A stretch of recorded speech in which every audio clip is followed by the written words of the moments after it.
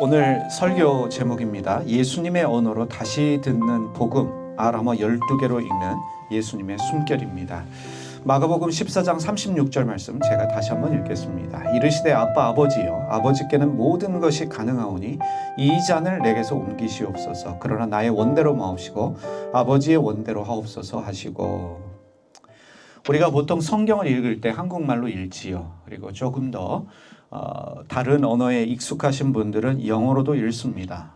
또 더 관심 있으신 분들, 또 신학교나 아니면 전문적인 교육을 통해서 고대 헬라어를 읽으실 수 있는 분들은 헬라어로 신약 성경을 읽기도 합니다. 히브리어로 구약 성경을 읽습니다. 근데 중요한 사실이 있습니다. 예수님께서는 헬라어도 히브리어도 사용하신 것이 아니라 실제로 사람들에게 사용하신 언어는 당시의 언어인 아람어였습니다. 사람들 앞에서 숨쉬며 말씀하신 언어는 히브리어도 헬라어도 아닌 아람어였다는 사실입니다. 그러하기 때문에 예수님께서 사용하신 언어가 아람어이기 때문에 예수님의 말씀을 아람어로 살펴볼 필요가 있습니다. 우리가 마태, 마가, 누가, 요한복음의 예수님의 말씀은 예수님의 아람어를 헬라어로 번역해서 기록한 것입니다. 그래서 예수님의 본의 뜻을 제대로 알려면 아람어로 살펴볼 필요가 있습니다. 이것이 중요한 이유는 언어라고 하는 것은 단순히 번역의 문제가 아닙니다. 언어는 사고방식이고 관계 방식입니다. 원어에 대한 이해와 번역에 따라서 그 말의 깊이와 온도가 달라집니다. 뜻이 전혀 다른 뜻으로 해석될 수도 있습니다. 뉘앙스가 달라집니다. 결론적으로 예수님이 말씀하셨던 그 말씀의 본질이 달라질 수도 있다는 것입니다. 복음의 결이 달라질 수도 있기 때문에 할 수만 있다면 헬라어가 아닌 아람어로 살펴볼 이유가 있는 것입니다. 그래서 오늘 우리는 아람어 12개, 예수님이 사용하셨던 아람어 12개를 통해서 예수님의 말씀이 교리와 명령으로 굳어진 것이 아니라 우리에게 숨을 주시는, 쉼을 주시는 말씀이라는 것을 이해해야 되겠습니다. 오늘 설교의 결론부터 여러분에게 말씀드리겠습니다.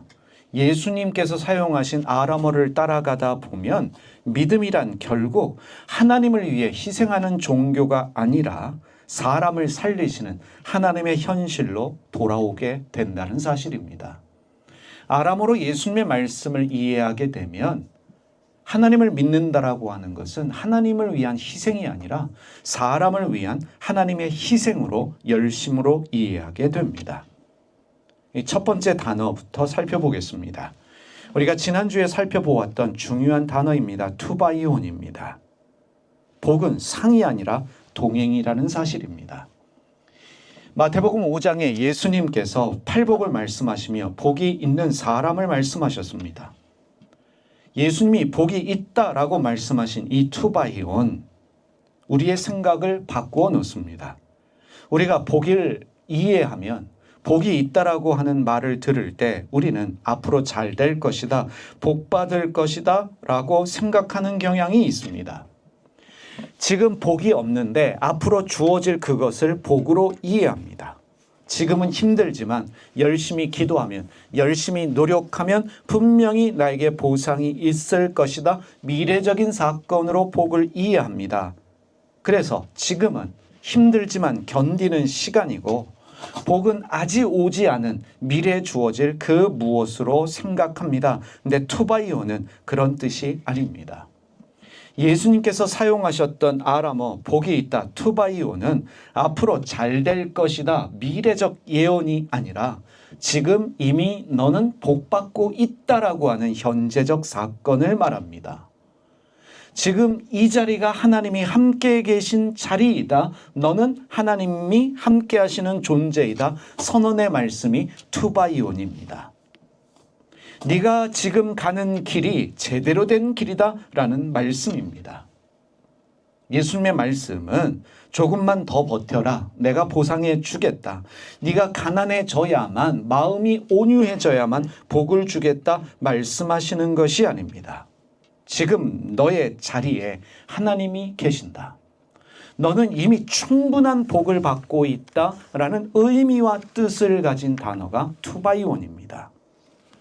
그래서 예수님이 말씀하신 팔복은 조건이 아닙니다. 우리가 성취해야 될 목록도 아닙니다. 가난해지면 주겠다 약속하신 그 복도 아닙니다.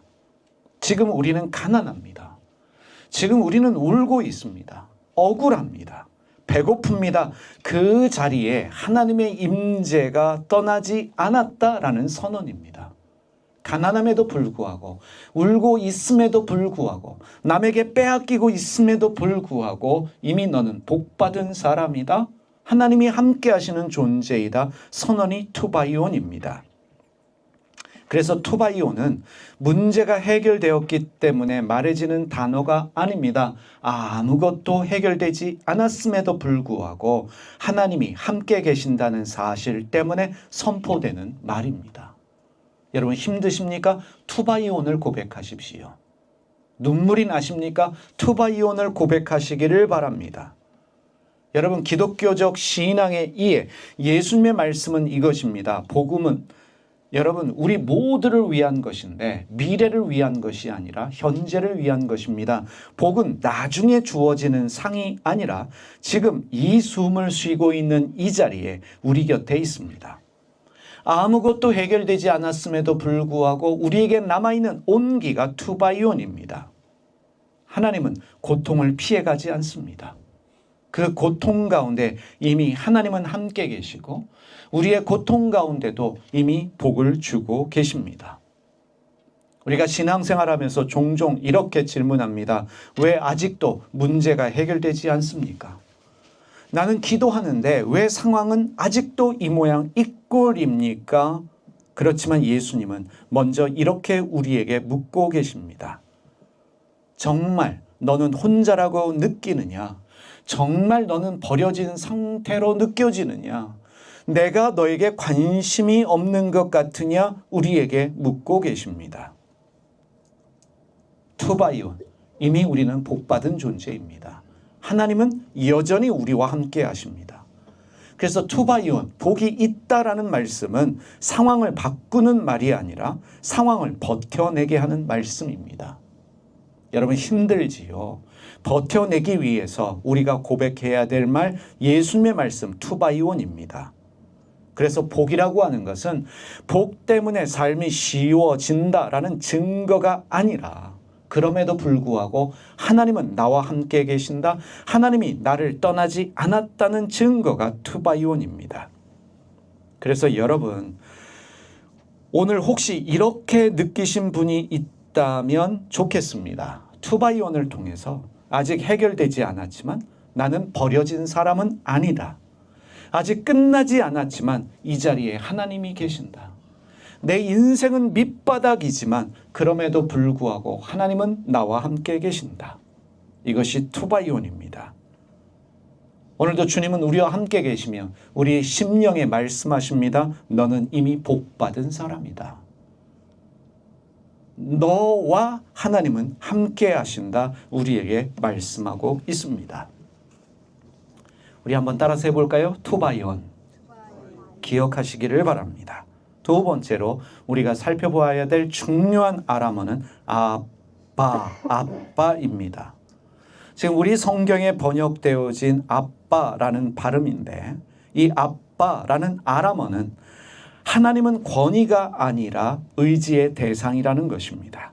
마가복음 14장 36절에 아빠 아버지여 아버지께는 모든 것이 가능하오니 여러분 이 아빠는 아람어입니다. 아버지는 헬라어입니다. 아빠에 대한 헬라어 번역이 아버지입니다. 아빠라는 아람어의 번역을 헬라어로 다시 번역하며 말하고 있습니다. 이 마가복음을 읽다 보면 마가복음은 의도적으로 아람어 아빠를 먼저 제시하고 그 다음에 헬라어 아버지로 풀어 쓰면서 아람어의 무게를 강조하고 있습니다. 쉽게 말하면 하나님의 이 존재를 아빠로 말하는데 예수님께서 아람어를 먼저 얘기하시고 헬라어를 말씀하신 것이 아니라 예수님께서 말씀하신 그 아람어 아빠를 분명히 언급하면서 헬라어로 다시 기록하고 있다는 사실입니다. 이해가 되시지요? 예수님께서 아빠, 아버지 하신 것이 아니라 예수님은 아빠라는 아람어를 사용하셨고 그 아빠라는 아람어의 번역이 아버지라는 것을 마가복음이 기록합니다. 마가복음에는 이런 패턴이 반복됩니다. 아람어를 먼저 언급하고 인용하고 헬라어로 설명하는 방식으로 마가복음이 기록되어집니다. 이것은 우연이 아닙니다. 의도입니다. 마가복음은 일부러 예수님의 실제로 사용하셨던 언어인 아람어를 말하고 헬라어로 읽고 있는 독자들에게 이 말이 아람어의 뜻이 무엇인지를 설명하고 있습니다. 대표적인 예들이 있습니다. 마가복음 5장 41절에 달리다굼입니다. 이 달리다굼, 이것이 번역되어지면 소녀야 내가 내게 말하노니 일어나라 라는 뜻이라고 성경이 기록합니다. 아람어를 말하고 헬라어로 번역하고 있습니다. 굳이 아람어로 먼저 쓰고 있는 이유가 있습니다. 왜냐하면 이 장면은 정보 전달이 아니라 목소리의 결, 부름의 온도가 핵심이기 때문에 그렇습니다. 달리다굼은 반드시 아람어로 이해해야 할 중요한 단어이기 때문에 그렇습니다. 마가복음 7장 34절에 에바다라는 단어가 나옵니다. 에바다, 그리고 말합니다. 이는 곧 열리라는 뜻이라.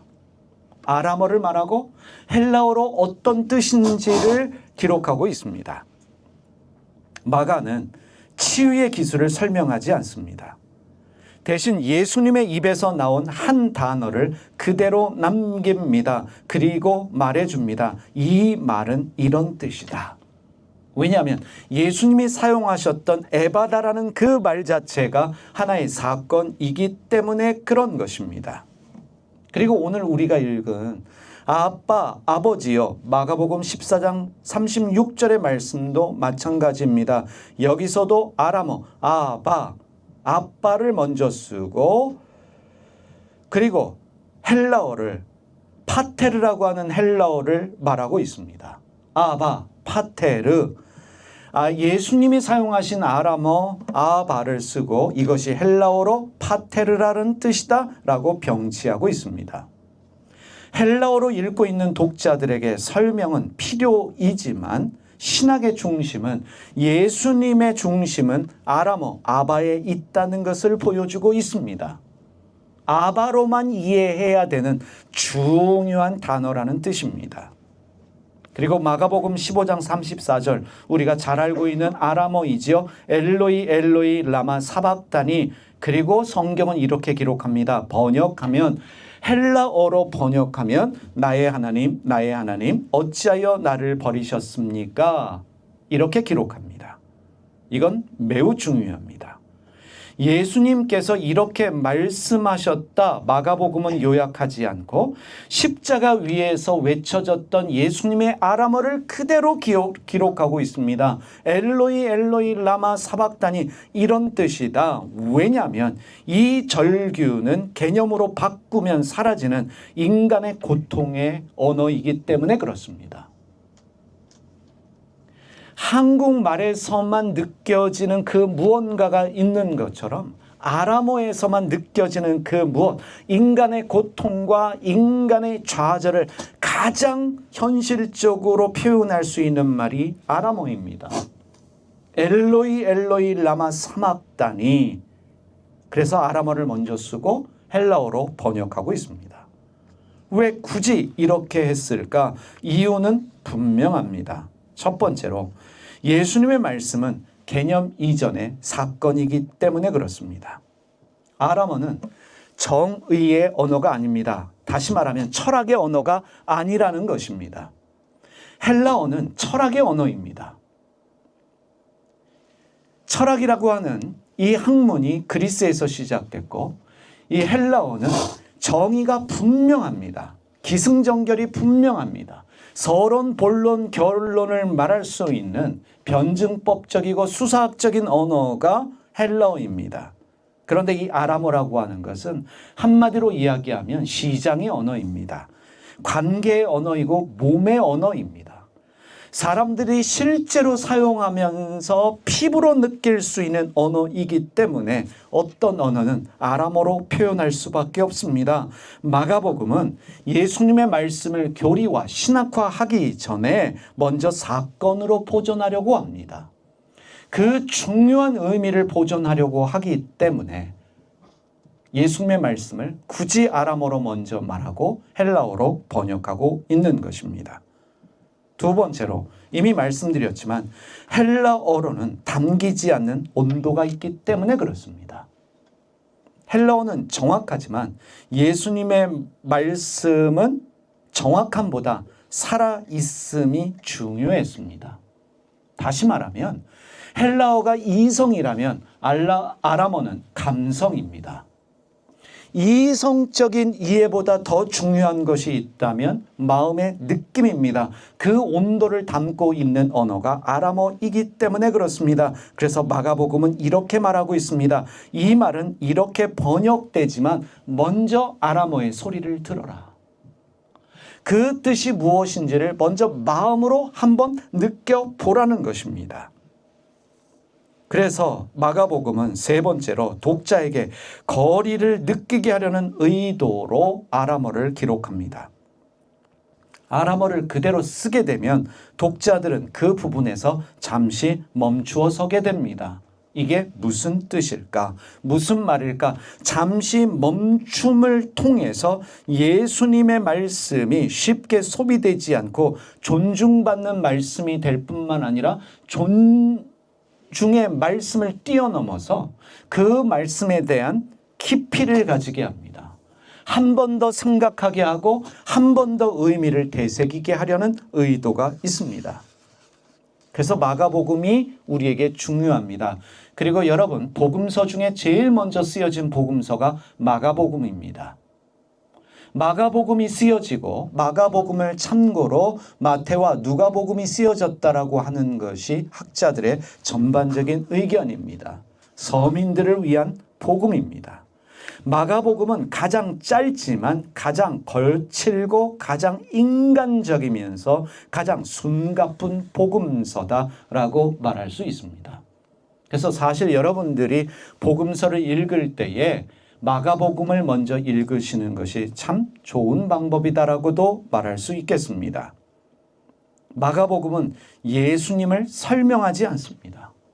그래서 마가복음에 기록된 예수님은 설명되는 분이 아니라 말하고 숨쉬고 절규하는 사람으로 남아 있습니다. 가난한 사람들, 병든 자들, 약자들과 함께 하시는 그 예수님의 손길이, 숨결이 남아있는 복음서가 마가복음이라 할 수 있겠습니다. 한 문장으로 정리하면 마가복음은 예수님의 아람어를 먼저 들려주고 헬라어로 그 의미만 설명합니다.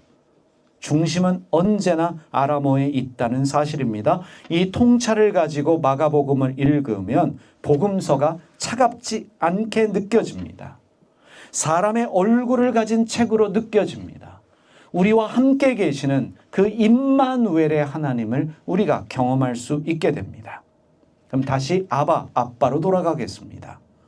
우리가 하나님을 부를 때 참 많은 호칭들을 사용합니다. 전능하신 하나님, 거룩하신 하나님, 창조주 하나님 모두 맞는 말이지만 예수님은 가장 깊은 자리에서 하나님을 이렇게 부르셨습니다. 아람어 아빠로 부르셨습니다.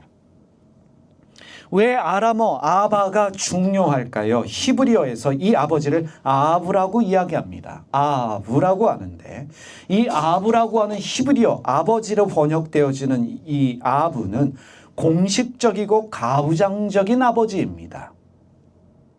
좀 높은 자리에서 모든 것을 마음대로 할 수 있는 가부장적인 아버지 아브입니다. 헬라어에 아버지는 파테르입니다. 권위와 질서의 아버지를 말합니다.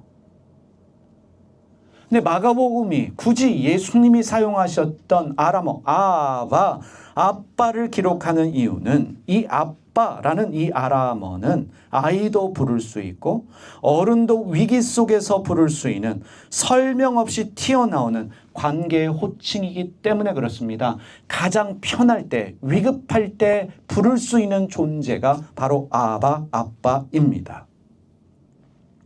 그래서 예수님이 하나님을 아바, 아빠로 부르셨다는 것은 하나님은 아버지다라는 교리의 선언이 아니라 나는 하나님께 의존하고 있다.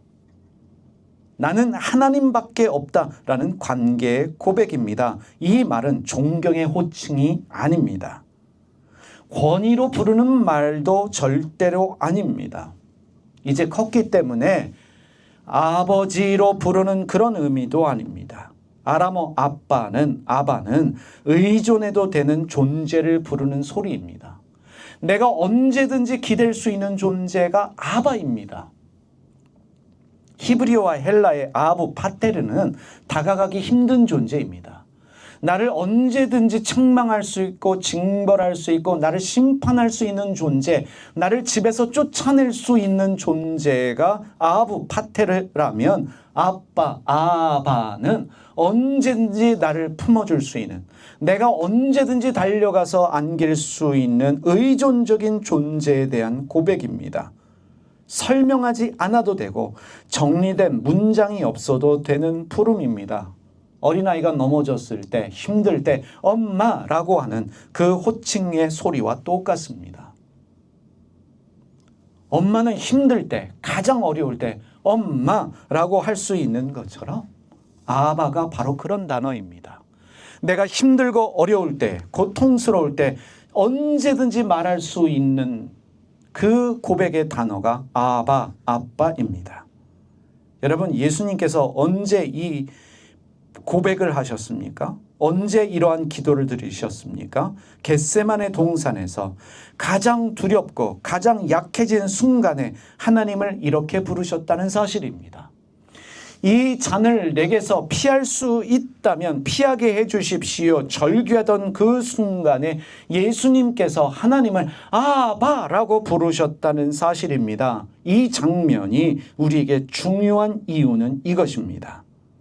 예수님조차도 강해진 상태에서 하나님을 부르지 않으셨다는 사실입니다.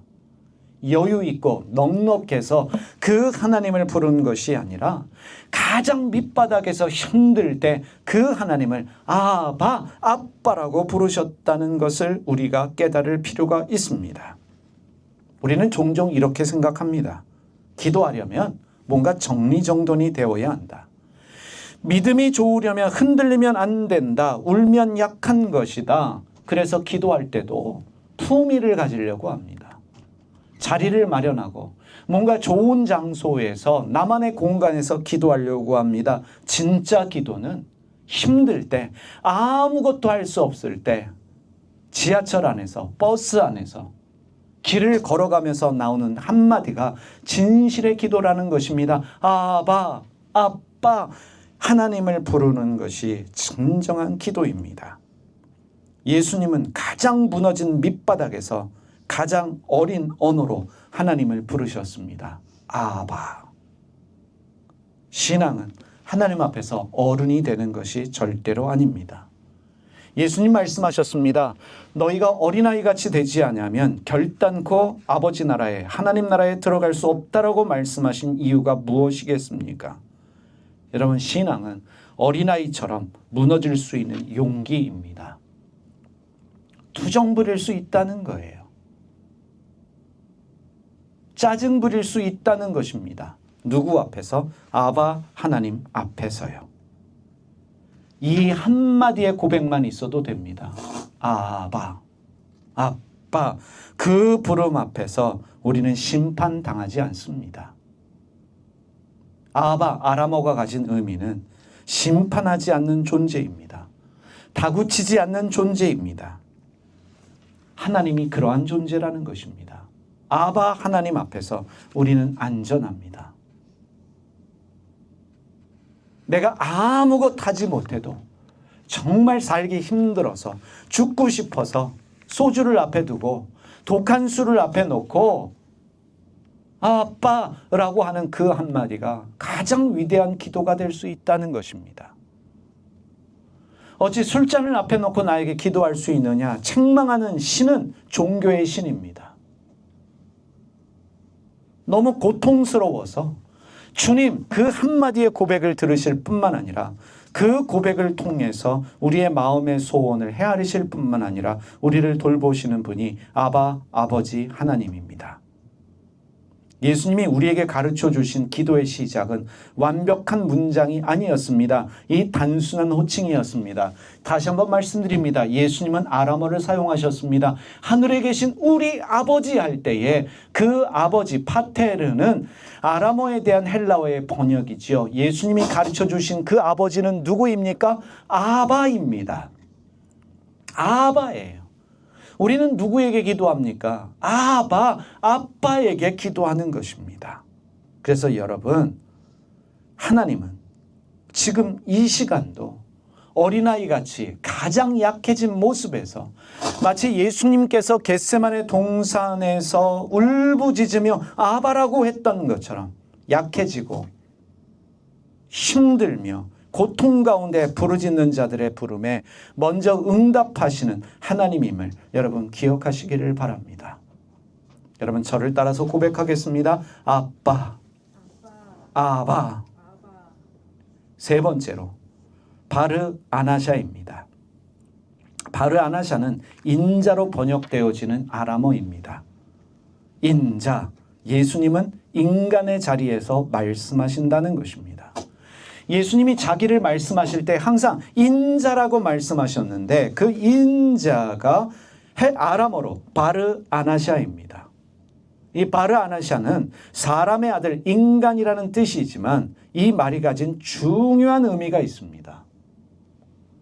이 말은 예수님이 나는 신적인 능력을 가진 하나님의 아들이다 말씀하신 것이 아니라 이 바르 아나샤라고 하는 아람어는 우리와 같은 조건, 배고프고 외롭고 두렵고 눈물의 자리에서 말씀하신다는 사실입니다. 사람의 아들이라고 하는 것은 배고프고 춥고 외로운 존재라는 뜻입니다.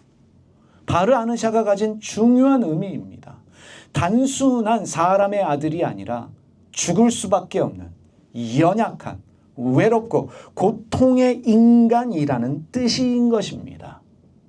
그래서 인자를 우리가 지금 이해할 때 신학적 교리적으로 이해해서 뭔가 대단한 언어로 이해하지만 이 바르 아나샤 인자라고 하는 것은 나도 결국에는 별 볼 일 없는 인간이다.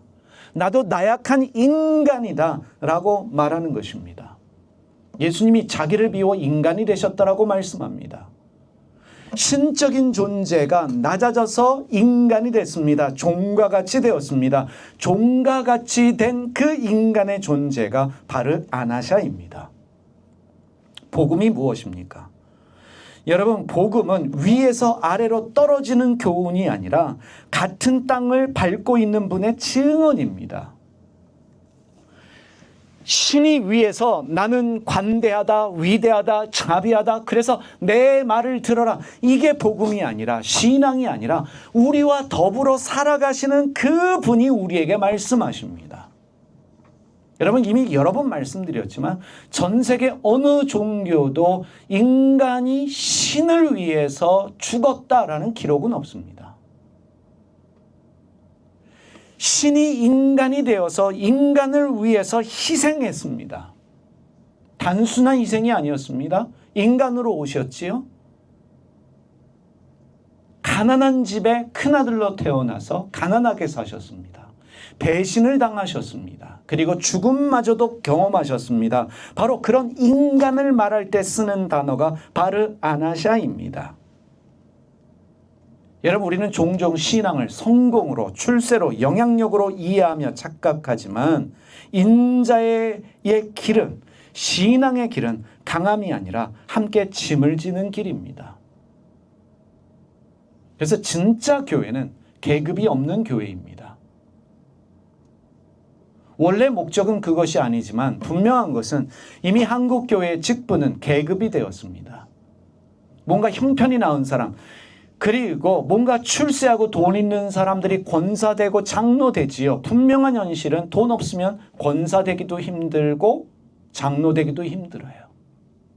교회 나오면 그래도 뭔가를 주어야 하기 때문에 군대 들어가면 2등병 계급장을 주는 것처럼 다 집사입니다. 그래도 집사 중에도 좀 출세한 사람이 있어야 되니까 안수 집사가 됩니다. 그래서 안수 집사가 되면 꽃다발을 주고 그리고 축하를 해줍니다. 안수 집사 될 때 또 헌금해야 되는 상황이지요. 우리의 신앙은 그것입니다. 믿으면 높아지고 성공하고 출세하고 그래서 남들 볼 때에 장로까지 돼야 된다. 그래서 이런 말 합니다. 적어도 우리 집에서 장로 한 명은 나와야지요.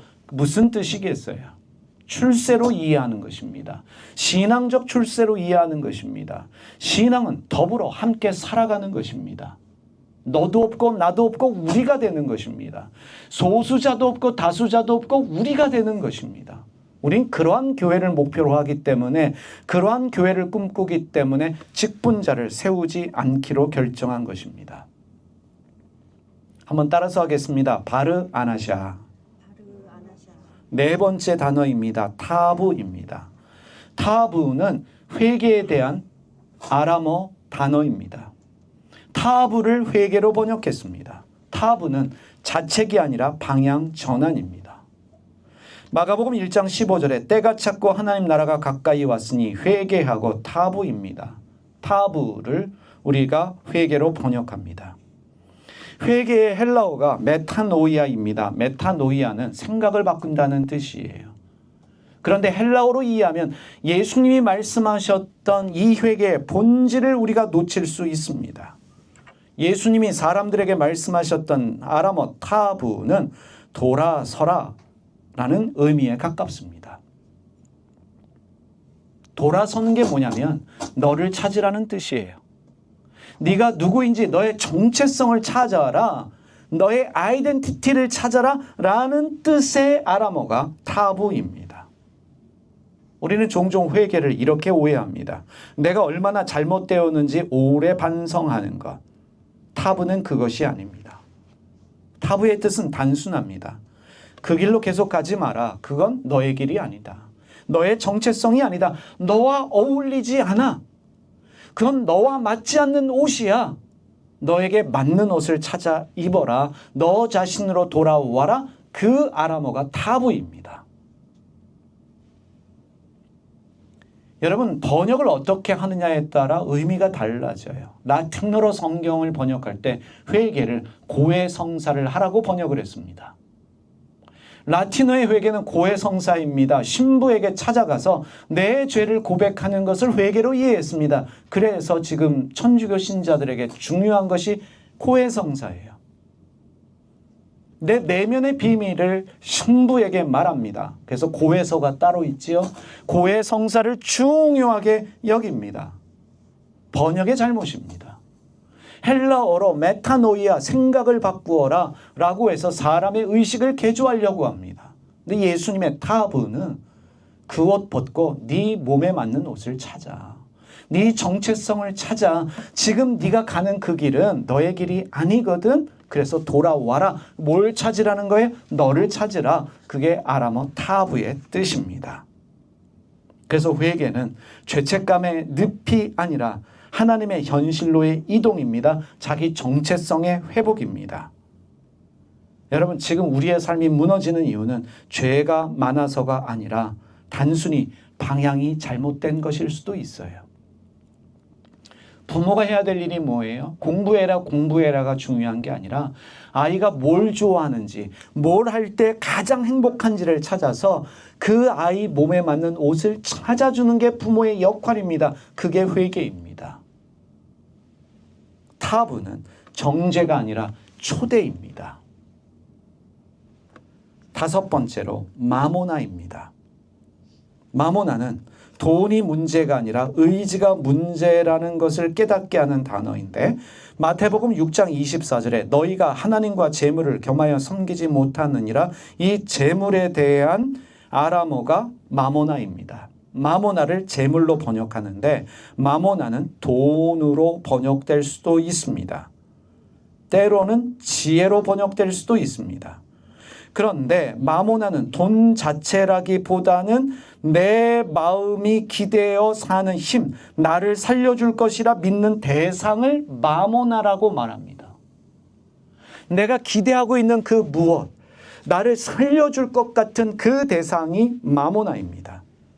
그래서 마모나가 돈일 수 있고 성공일 수 있고 인정일 수 있고 안정된 지위일 수도 있습니다. 심지어 종교적 성취일 수도 있습니다. 예수님께서 하나님과 재물을 겸하여 섬기지 못한다. 마모나를 언급하셨는데 질문은 이것입니다. 너는 지금 무엇을 섬기고 있느냐?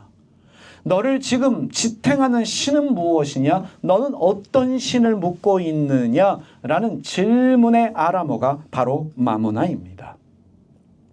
우리가 하나님을 믿는다라고 말하면서도 실제로는 돈이 우리 삶의 주인일 때가 있습니다. 돈이 우리의 마모나예요. 사람이 우리의 마모나가 될 수도 있습니다. 성공이 우리의 마모나가 될 수도 있습니다. 건물이 우리의 마모나가 될 수도 있습니다. 예수님은 돈을 가지지 마라 라고 말씀하신 것이 아니라 돈에게 너의 영혼을 맡기지 마라. 사람은 믿음의 대상이 아니라 사랑의 대상이다 라는 것을 알게 하는 것입니다. 성공 허상이다. 네가 지금 믿고 의지하는 것이 너의 삶의 신이 되어진다면 너의 인생은 헛될 수도 있다라는 의미에서 마모나를 사용하신 것입니다. 여섯 번째로 라카라는 단어입니다. 라카는 관계를 죽이는 언어의 폭력입니다. 마태복음 5장 22절에 형제에 대하여 라가라 하는 자는 공회에 잡혀가고 라고 말씀하고 있지요. 이 라가는 단순한 욕이 아닙니다. 우리말에 뭐 욕하는 거 있지요. 뭐 바보부터 병신 뭐 이런 욕들이 있는데 그렇게도 번역될 수 있어요. 근데 아람어 라카는 사람을 텅 빈 존재로 취급하는 말입니다. 라카의 의미는 이거예요. 너 별 볼 일 없는 사람이야. 넌 의미가 없어. 넌 가치가 없어. 라는 말이 라카입니다. 그 사람의 존재를 무시하는 왕따시키는 언어가 라카입니다. 예수님은 살인의 시작이 칼이 아니라 말에 있다는 것을 깨닫게 하기 위해서 라카라는 아람어를 사용하셨습니다. 여러분, 교회가 사람을 살리는 공동체가 되려면 가장 먼저 회복해야 될 것이 언어입니다. 라카는 사람을 지워버리는 말이에요. 넌 여기 있어도 쓸모가 없어. 너는 사람들에게 악이 될 뿐이야. 너는 공동체를 더럽히는 사람이야. 라는 말이 라카입니다. 이런 말들을 우리가 지워버리는 말을 사용하고 있다면 그 공동체는 이미 무너진 것입니다. 누구를 살리는 말 한마디가 언어라는 것을 예수님이 깨닫게 하고 말은 너무나 중요하다는 것입니다. 라가라 말하는 자는 공회에 잡혀가게 된다. 범죄라는 것입니다. 라가가 그런 의미입니다. 우리 말 속에도 남의 존재를 지우는 말들이 있지요. 나도 모르게 쓸모없는 자식, 밥만 축내는 식충이라고 말합니다. 너는 악이야 라고 말하는 그것입니다. 그것에 대한 경고의 말씀이 라카입니다. 일곱 번째로 에파타입니다. 우리말로는 에바다로 발음을 번역했습니다. 열려라. 다친 삶을 여는 예수님의 첫 치유 에바다입니다. 마가복음 7장 34절 에바다 하시니 이는 열리라는 뜻이다. 예수님은 귀먹은 사람, 말을 더듬는 사람에게 열려라, 에바다, 에파타 말씀하셨습니다. 이 에파타라는 아람어는 귀만 열리는 것이 아니라 사람의 삶이 열린다는 뜻입니다. 귀만 열려져 듣는 것이 아니라 눈만 열려져 보는 것이 아니라 너의 삶 전체가 열려야 한다. 삶의 열려짐이 에파타입니다. 여러분, 닫혀 있다는 게 뭘까요?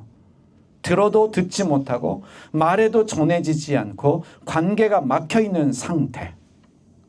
예수님께서 그 막힘을 향해 선언합니다. 열려라, 에파타 말씀하십니다. 눈만 열리는 게 아니라, 귀만 열리는 게 아니라, 입만 열리는 게 아니라 삶이 열려져야 합니다. 풀어져야 합니다. 여러분, 막막하십니까? 예수님이 오늘 여러분에게 말씀하십니다. 에파타 말씀하십니다. 먹먹한 우리의 삶. 길이 열리지 않고 풀리지 않아요.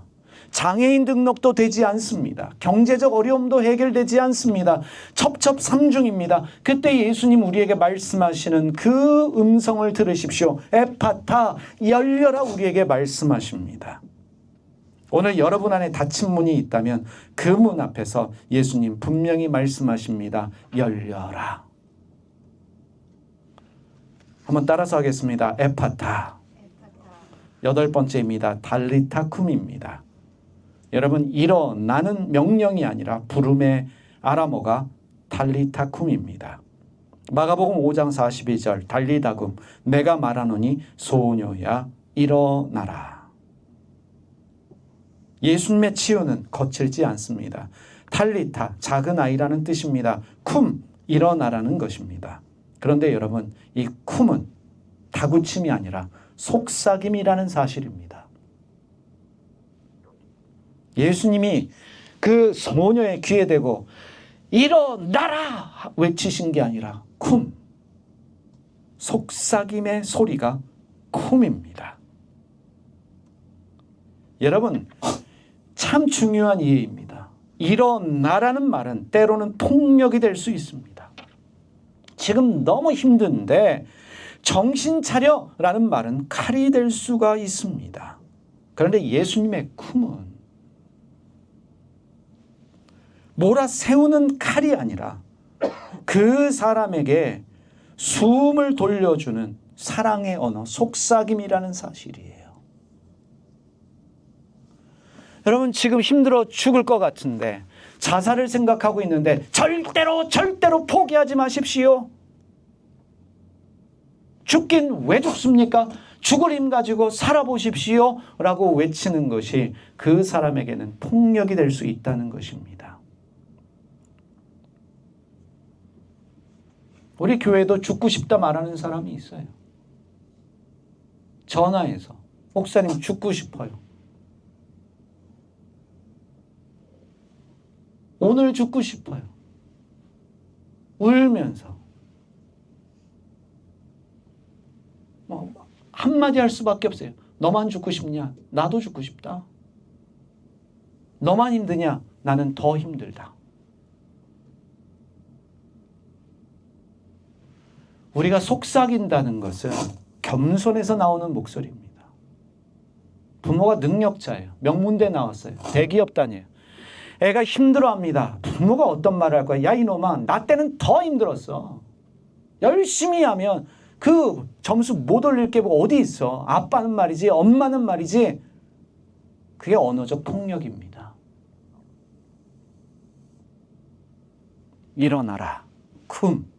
힘들지. 어렵지. 어렵고 힘들지만 나도 함께 힘들면서 너와 더불어 살아갈게. 다 이해는 못하지만 내가 이해하려고 노력할게. 손잡아주는 아람어가 쿰입니다. 일어나라. 우리가 누군가에게 이런 말을 해줄 수 있어야 합니다.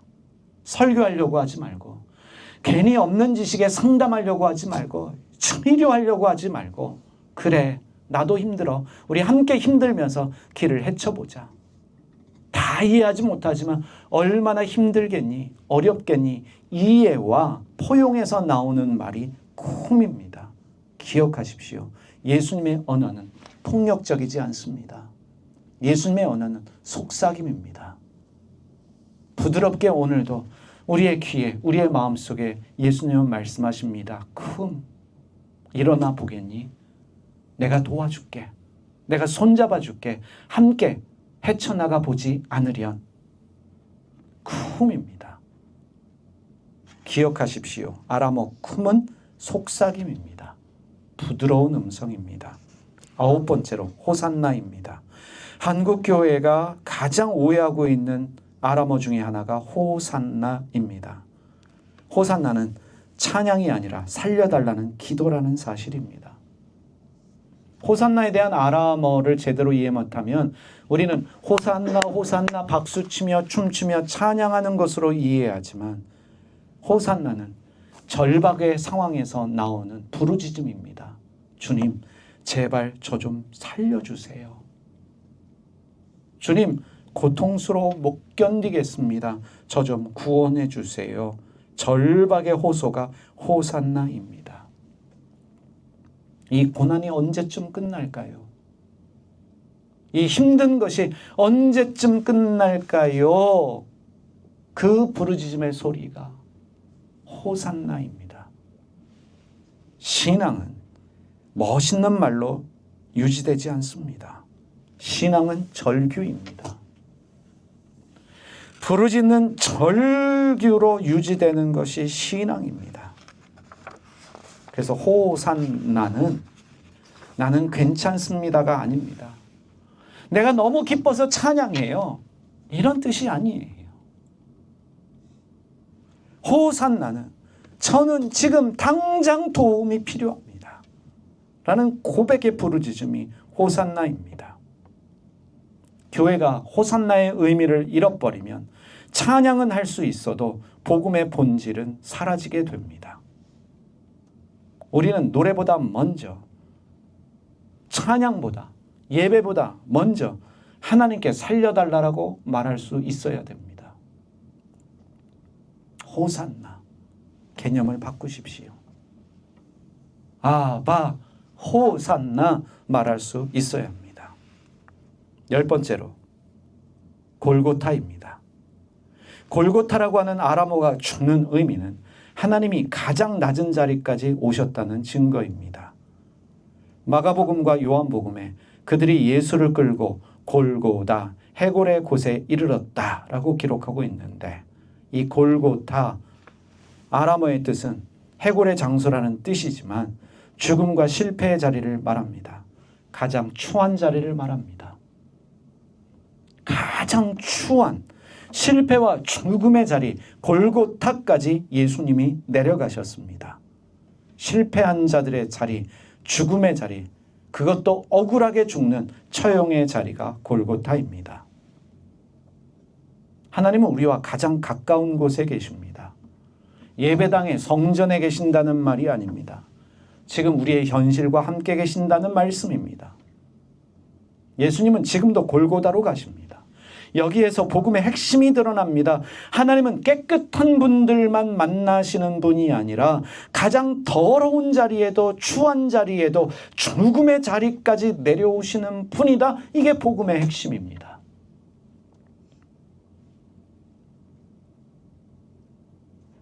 골고타는 너는 거기서 끝났다라는 선언이 아니라 네가 거기 있을지라도 나는 거기까지 내려간다 선언하는 것입니다.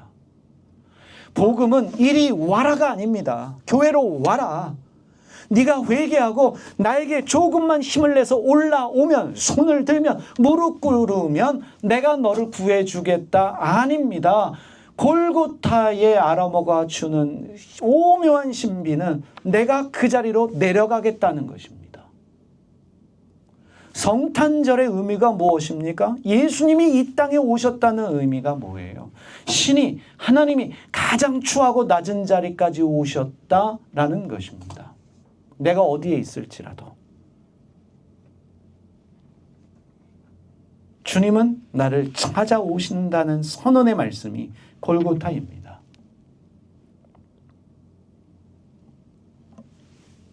사람들이 교회를 찾을 때도 어제도 그런 얘기했어요.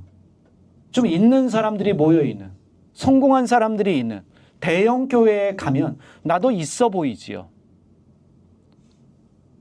여러분 어디 가서 영광장로교회 교인입니다 라는 게 좋겠습니까? 아니면 한국의 대형 교회를 말하면서 어느 교회 교인입니다 라고 하면 사람들이 알아요.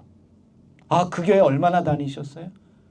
강남에 있는 대형 교회를 말하는 순간에 나도 강남에 있는 교회 일원이 된 자부심이 주지요. 그래서 그 교회의 품위와 품격을 지키기 위해서 교회는 선을 만듭니다. 이런저런 사람들에게 회개를 요구하지요.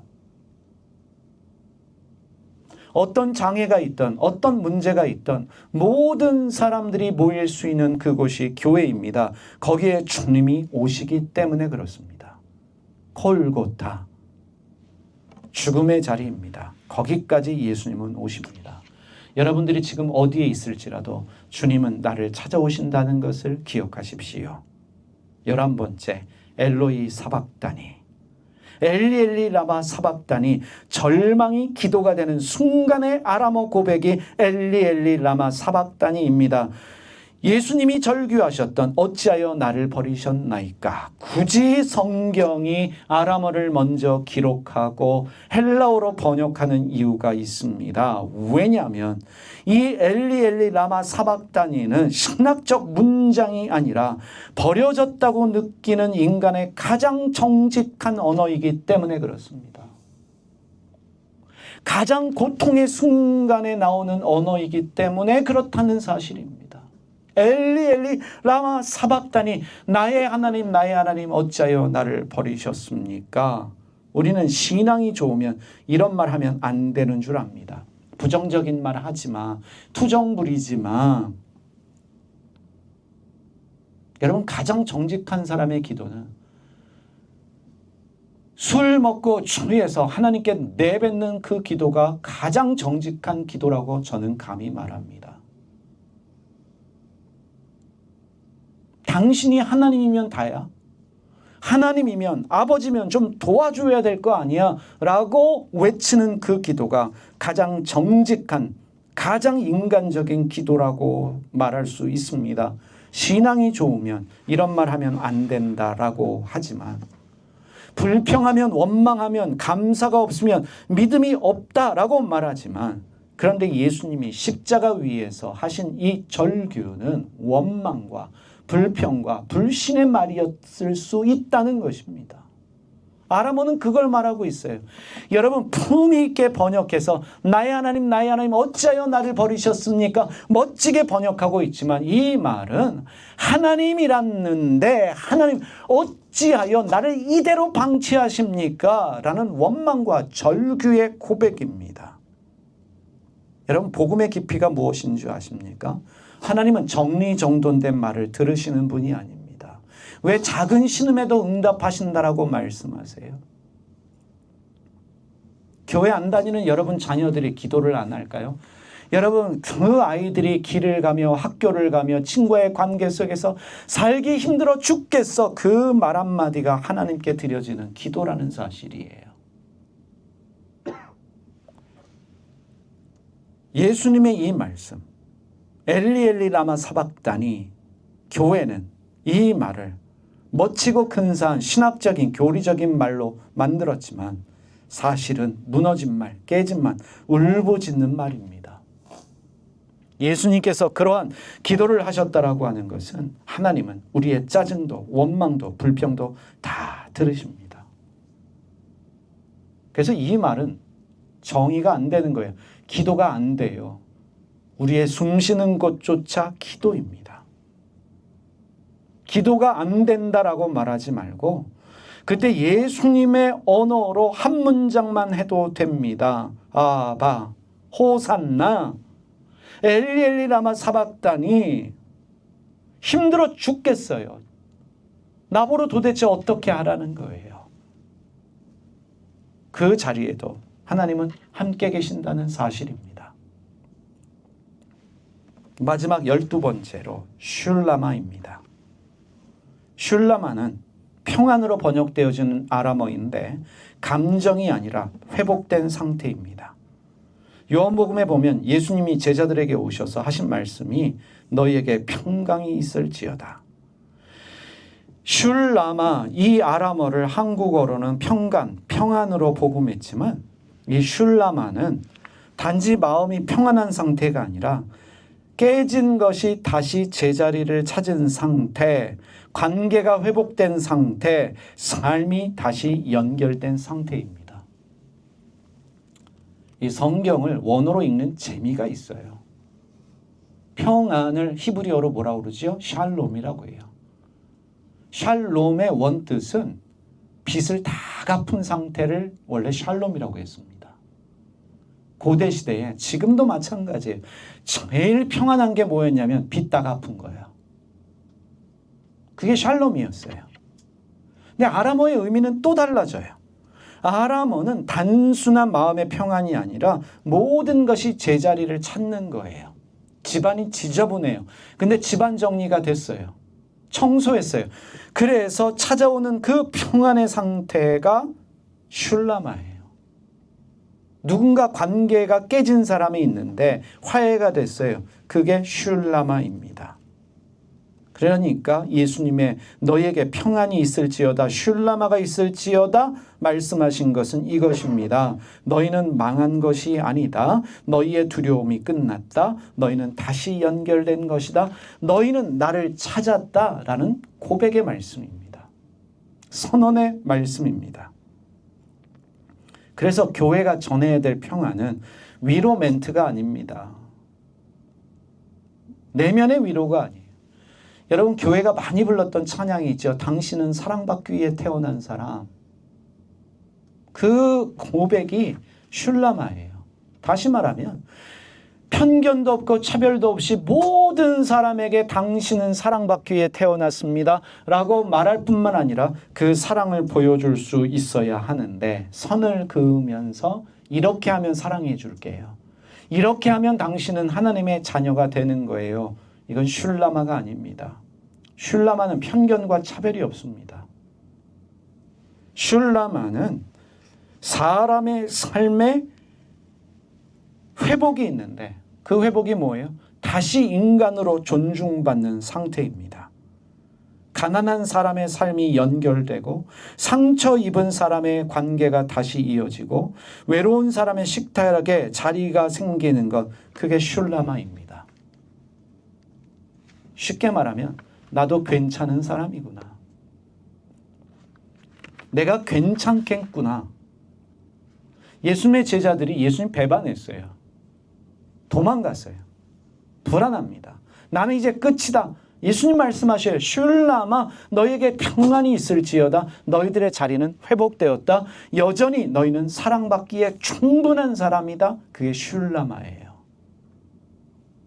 그래서 예수님의 아람어는 교리가 아니라 사람을 살리는 언어입니다. 그래서 할 수만 있으면 원어를 공부해서 가르치려는 의도가 바로 여기에 있어요. 예수님이 말씀하셨던 복음의 본질을 찾아가고 싶은 것입니다. 오늘 우리가 읽었던 12개의 아람어 단어를 찾아가 보니 공통점이 있습니다. 예수님의 말씀은 설명이 아니라 초대고, 판단보다 동행이었고, 정죄보다 회복이었습니다. 정리해 보겠습니다. 투바이온, 너는 버려지지 않았다. 아바, 아빠, 너는 의지할 수 있는 대상이 있다. 힘들면 언제든지 나를 찾아라. 어려우면 언제든지 나를 불러라. 바르 아나시아, 인자. 하나님이 인간의 자리로 내려오셨습니다. 우리와 똑같은 인간으로 살아가셨습니다. 타부, 자책이 아니라 책망이 아니라 방향 전환입니다. 마모나, 너의 신뢰하는 것이 어디 있느냐. 라카, 사람을 지우는 말을 하지 마라. 에파타, 닫힌 삶이 열릴지어다. 달레다쿰, 다구침이 아니라 부름입니다. 다구침이 아니라 속삭임입니다. 부드러운 음성입니다. 호산나, 가장 힘들 때 제발 날 좀 구해 주십시오. 절규도 기도라는 것을 우리로 하여금 알게 합니다. 골고타, 하나님은 가장 낮은 자리까지 내려오신다는 사실입니다. 사박단이, 무너진 말도 하나님께 닿습니다. 불평하는 말, 술 취해서 하는 말, 짜증 섞인 말, 원망의 말도 하나님께 드려지는 기도가 될 수 있다는 것입니다. 슐라마, 평안은 회복된 삶입니다. 사랑받기에 합당하다는 고백의 언어가 슐라마입니다. 그래서 결론적으로 이렇게 말할 수 있습니다. 신앙은 하나님을 위해 희생하는 것이 아닙니다. 신앙은 하나님이 우리를 위해 살리시는 현실을 믿고 그 현실에 방향을 트는 것입니다. 이러한 12가지 아람어를 가지고 내년도 달력을 만들었습니다. 여러분들이 힘들 때마다 오늘 설교를 좀 저장해 두셨다가 들으시면 위로가 되고 격려가 되지 않을까 생각합니다. 12개 아람어 잘 기억하셨으면 좋겠습니다. 마무리 기도 우리 함께 읽겠습니다. 아빠 하나님, 우리의 종교의 말로만 하나님을 말하며 사람의 숨을 잃어버릴 때가 많았습니다. 예수님의 언어로 다시 돌아가게 하소서. 우리의 마모나를 드러내시고 우리의 방향을 타부하게 하시고 닫힌 마음을 에파타로 열어주시며 절망의 사박단이조차 기도가 되게 하소서. 무너진 자리에 투바이온을 선포하시고 우리 공동체가 슐라마 회복된 삶의 자리가 되게 하여소서. 예수님의 이름으로 기도드립니다.